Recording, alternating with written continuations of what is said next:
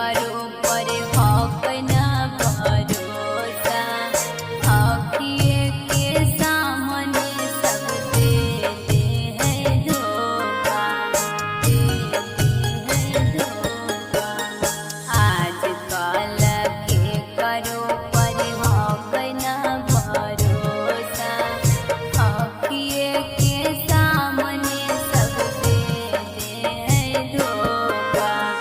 माथवा पर हथवा रख के काल कसम मुझे छौड़ा, दिल हो कमजोर, धोखा नाही दिए छौड़ा, दिल हो कमजोर।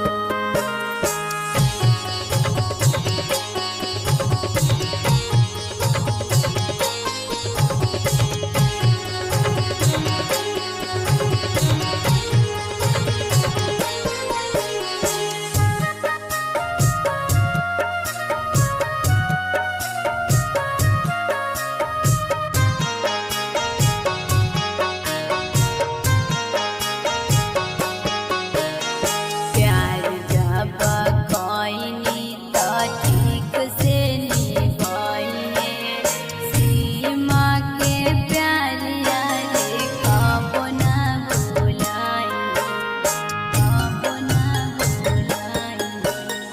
प्यार जब कइनी त ठीक से निभाइने, सीमा के प्यार यारे कबो न भुलाइने।